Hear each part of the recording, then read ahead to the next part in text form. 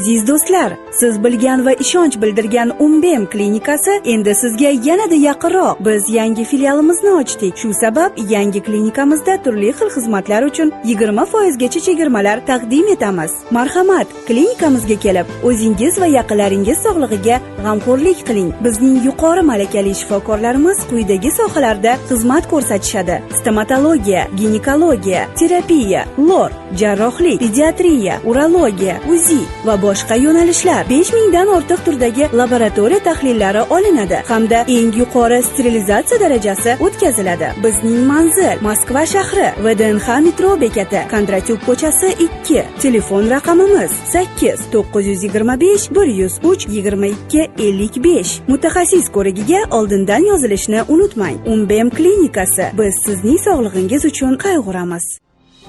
Ispaniya bosh vaziri Pedro Sanchez Ispaniya yolg'iz qoldi degan gaplarni eshitgan bo'lishingiz mumkin. Falastin davlatini tan olganimizda ham xuddi shunday deyishgan edi. Ammo keyinchalik boshqa davlatlar ham bizning ortimizdan ergashdi. Biz yolg'iz emasmiz. Biz birinchi bo'lganlarimiz. Yolg'iz qoladiganlar esa himoya qilib bo'lmaydigan narsani himoya qilayotganlar bo'ladi, dedi Ispaniya bosh vaziri. Isroilning Livanga hujumlari oqibatida halok bo'lganlar soni 294 kishiga yetdi. 1000 dan ortiq odam yaralandi, deya ma'lum qildi Livan Sog'liqni saqlash vazirligi. AQSh Venezuelaning hozirgi hukumatini rasman tan oldi, dedi Donald Trump. Ukraina va Rossiya o'rtasida juda katta nafrat bor. Shuning uchun kelishuvga erishish qiyin, dedi Donald Trump. Biz bir necha marta kelishuvga juda yaqin kelganmiz, ammo har safar tomonlardan biri ortga chekingan. Bundan tashqari u Yevropaga yordam sifatida ushbu nizoni hal qilish ustida ishlayotganini ta'kidladi. Bu urush bizga kamroq ta'sir qiladi, chunki bizning oramizda okean bor, deya qo'shimcha qildi Amerika rahbari. Eronga qarshi amaliyot tugagach, AQSh bor e'tiborini Kubaga qaratadi. Qo'shma Shtatlar rahbari bu haqida Amerika Qalqon sammitida ma'lum qildi. Tez orada Kubada katta o'zgarishlar bo'ladi. Ushbu mamlakat boshi berk ko'chaga kirib qolgan. Kubadagi rejim o'zining so'nggi lahzalarini yashamoqda, deya qo'shimcha qildi u. AQSh Eronning 42 ta harbiy kemasini yo'q qildi. Eronning aloqa va telekommunikatsiya tizimlari ishdan chiqarildi. Hozir ular qanday aloqa qilayotganini bilmayman, lekin baribir biror yo'l topishadi deb o'ylayman, dedi AQSh rahbari. Pentagon Eronga qarshi amaliyotda ishlatilayotgan bombardimonchilarning videosini e'lon qildi. Qachonki B-52 bombardimonchilari ishga tushsa, adolat haqida gap ham bo'lishi mumkin emas. Mazkur bombardimonchilar hech qanday teng jang uchun o'ylab chiqilmagan. Biz dushmanga ular yer ostida yotgan paytida ham zarba bera olamiz, deyiladi videoning izohida.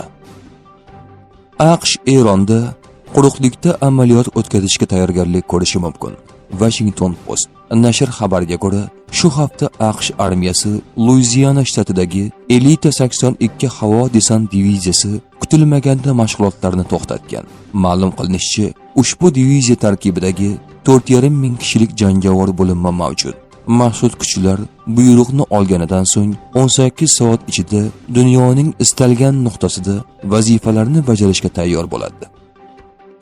AQSh rasmiy ravishda Ukrainadan Eronning shahid dronlarini urib tushirishda yordam so'radi. Politico nashrning Donald Trampga yaqin manbalaridan biri Vladimir Zelenskiy Qo'shma Shtatlarga nisbatan qisqa muddatli ta'sir mexanizmlariga egaligini bildirdi. Manbaga ko'ra, Zelenskiyga Patriot tizimlari uchun ko'proq raketalar kerak. Shuning uchun Ukraina rahbari Washingtonni ba'zi so'rovlarni tezlashtirishga majbur qilishi mumkin. Bugun Eron juda kuchli zarbaga uchraydi, dedi Donald Trump. AQSh rahbarining ma'lum qilishicha, shu paytgacha nishon deb hisoblanmagan obyektlar va shaxslarni butunlay yo'q qilish ehtimoli ko'rib chiqilmoqda. Eron endi Yaqin Sharqdagi zolim kuch emas, aksincha, u Yaqin Sharqdagi mag'lubdir va taslim bo'lmagunicha yoki butunlay qulamagunicha yana 10 yillar davomida shunday bo'lib qoladi, deya ta'kidladi Trump. Germaniya hukumat rahbari Friedrich Merz Germaniya shubhasiz Isroil tomondaligini aytdi. Xonimlar va janoblar, men boshqarayotgan federal hukumat bizning qaysi tarafda turganimiz haqida hech qanday shubha qoldirmaydi. Biz Isroil tomonidamiz, dedi Germaniya kansleri. Jurnalist Trampga shunday savol berdi: Rossiya Eronga amerikaliklarga hujum qilishda yordam bermoqda. Shu rostmi? Tramp javob berdi: Qanday ahmoqona savol. Biz boshqa narsa haqida gaplashyapmiz. Chetroq tur.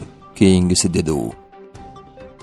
AQSh Yaqin Sharqqa 3-aviatashuvchi guruhini yubormoqda. Fox News ma'lumotiga ko'ra, AQSh harbiy dengiz kuchlari yaqin haftalarda Yaqin Sharqqa 3-aviatashuvchi zarba guruhini yuborishga tayyorlanmoqda. Rossiya razvedka ma'lumotlarini, Xitoy esa moliyaviy tomondan Eronga yordam berayotgani aniqlandi. Rossiya AQSh qo'shinlari, harbiy kemalari va samolyotlarining joylashuvi hamda ularning harakatlari haqidagi ma'lumotlarni Eronga berayotgani aniqlandi.